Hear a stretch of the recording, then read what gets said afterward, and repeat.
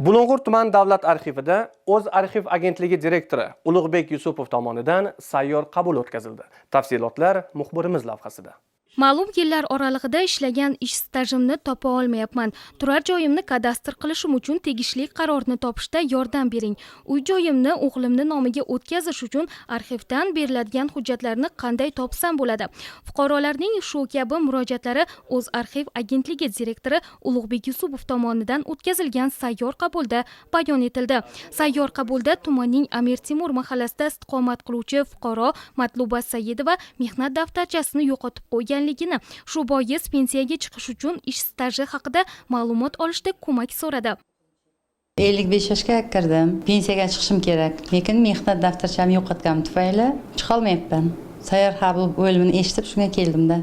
Ular tez kunda yordam beramiz, chiqarib berishga harakat qilamiz.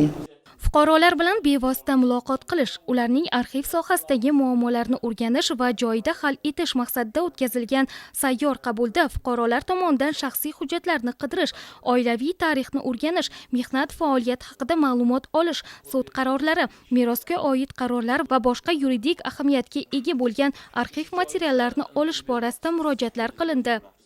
Bugungi kunda aholini arxiv hujjatlariga asoslangan axborot bilan ta'minlash va birinchi navbatda arxiv davlat xizmatlarini sifatli ko'rsatish bizning eng asosiy vazifalarimizdan biri hisoblanadi va o'tgan yilgi ko'rsatkichlarni oladigan bo'lsak, jismoniy va yuridik shaxslarni ijtimoiy huquqiy mavzuli so'rovlarini bajarish respublika bo'yicha 400 mingdan ortiqdan tashkil etdi va birgina Samarqand viloyatida o'tgan yili 40 mingdan ortiq so'rovlar bajarilgan. Mana hududlarimizda bu Qoraqalpog'iston bo'ladimi, Toshkent shahri bo'ladimi, demak joylarga borib aholini demak muammolarini o'rganar ekanmiz.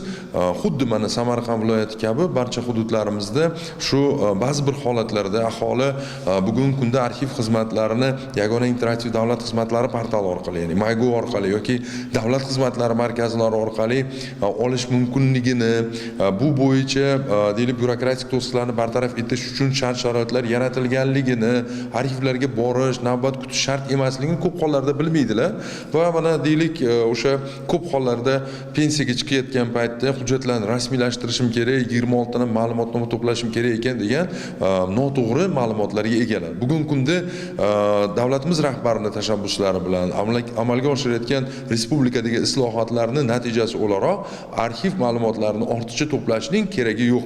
Zarur holatlar bo'lgan taqdirda ham yagona interaktiv davlat xizmatlari portali my.gov.uz orqali yoki eng yaqin bo'lgan, o'ziga eng yaqin bo'lgan hududdagi davlat xizmatlari markaziga murojaat qilish va juda ham qisqa muddatlar, avvallari 30 kun, 60 kunlab ma'lumotnoma kutish kerak bo'lgan bo'lsa, bugun 5 kungacha bo'lgan muddatning ichida arxiv ma'lumotnomalarini olish imkoniyati yaratilgan. Murojaatlarning aksariyati shu joyning o'zida hal etilgan bo'lsa, ma'lum bir qismiga huquqiy maslahatlar berildi. Vaqt talab etiladigan murojaatlar bo'yicha mutasaddilarga tegishli topshiriqlar berilib, aniq muddatlar belgilandi.